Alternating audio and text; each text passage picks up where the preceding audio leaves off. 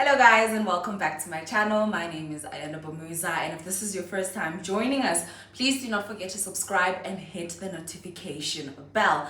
Now on the fourth episode of All Things Culinary, we'll be making something that is very close to my heart, something that I swear by, a recipe that I absolutely love. It is oxtail. It's not a South African classic, it's Jamaican if I'm not mistaken. You guys can correct me in the comment section. So I'll be giving you guys my take on a Jamaican oxtail.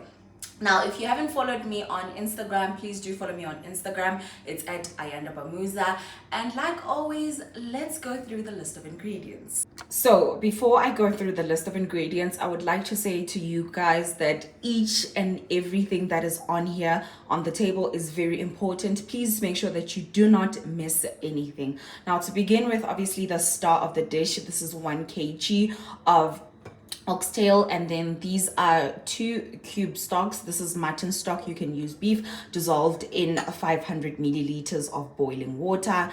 And over here we have half a can of canned tomatoes, and here we have tomato paste. Over here we have it's about 3 sprigs of thyme, and over here we have bay leaves. Over here we have bouquet garni. You can only get this at Woolworths.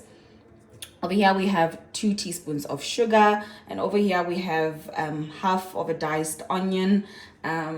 This is 2 cloves of garlic and 1 thumb of ginger. You can buy it readily mixed at your local supermarket. And over here we have green pepper.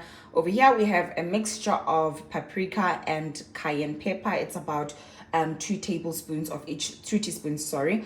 And then over here we have all-purpose spice. All-purpose spice is anything from 6 gun, barbecue spice, steak and chops, that's all purpose. Then over here we have red wine. Guys, please do not use sweet rosé. I am begging you, do not use sweet rosé wine or white wine. Please make sure that it's either mellow. Mellow is actually the best thing. I would advise that is what you get, or the Nederburg Baron. And over here we obviously have some oil. Well, you are going to coat a preheated pan with some olive oil. You can use whatever oil it is that you have in your house, be it canola oil, olive oil, sunflower oil, or vegetable oil. So now the first step you're going to do is heat up the oil and pour in some sugar. Yeah, that should be fine. So what we are looking for is to caramelize the sugar, and then we are going to start the browning process of the meat. So I'm just gonna slightly swirl it around the pot to make sure that it's coated in oil so that it caramelizes beautifully. Now when the sugar starts to become caramelized, we are going to go ahead and start the browning process of our oxtail. The purpose of browning is to lock in all the flavor. So I normally just start with the bigger pieces because we're going to do it in batches. So we're going to start with the biggest piece, and then we'll use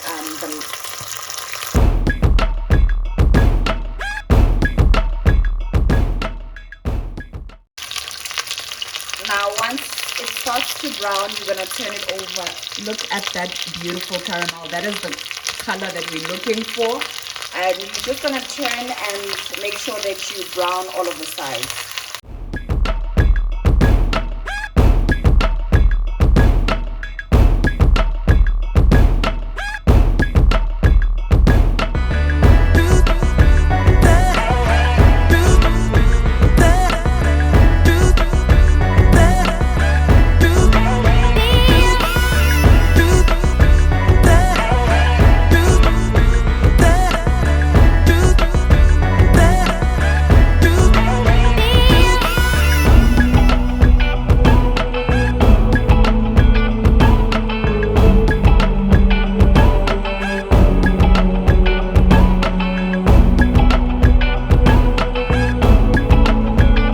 Going to go ahead and reduce the stove to about level 3 if it ends at 6, and about level 6 if it ends at 9.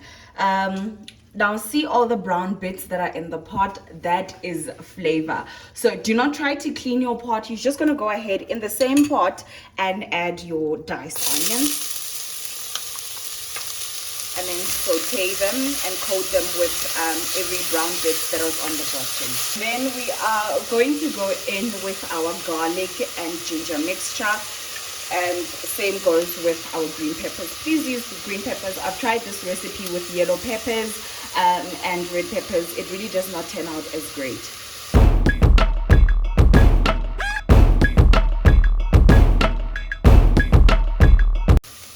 The next step is we're going to go in with our bay leaf and thyme. 2 bay leaves. And then we're just going to mix everything together in there and make sure that it's all coated.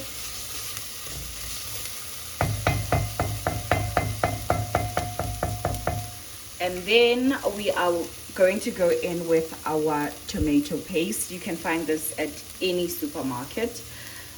We are going to use about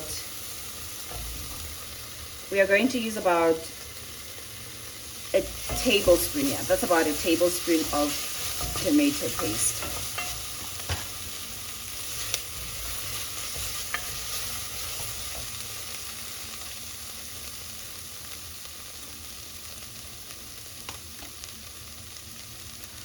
Once the tomato paste has gone in, we are going to go ahead with our canned tomatoes.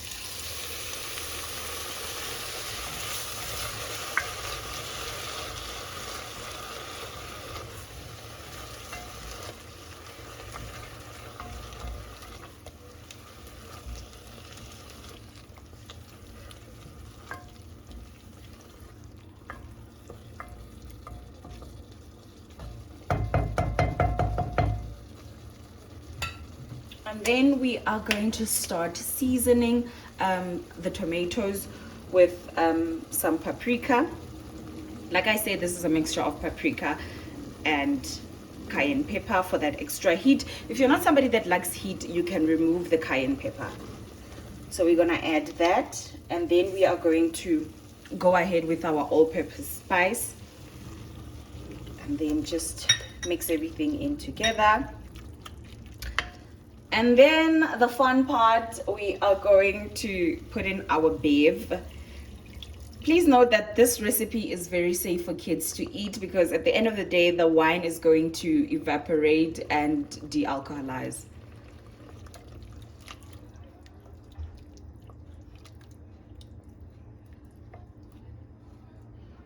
It smells amazing. It honestly does, if I do say so myself. And then we are going to go in with our bouquet garni. Just throw it in there. 1 is more than enough. For those of you guys who are wondering what is in a bouquet garni, it's parsley, thyme, oregano, black peppercorns, and bay leaves. So it's just basically a bouquet of different herbs. So once that begins to simmer, we can now go ahead with our stock.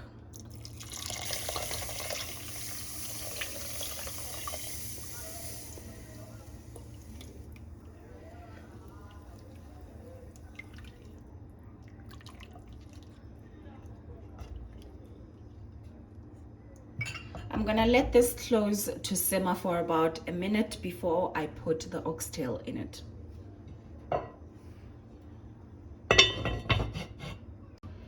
So it has been 2 minutes now and it's starting to simmer. So we are just going to go ahead and add in our oxtail.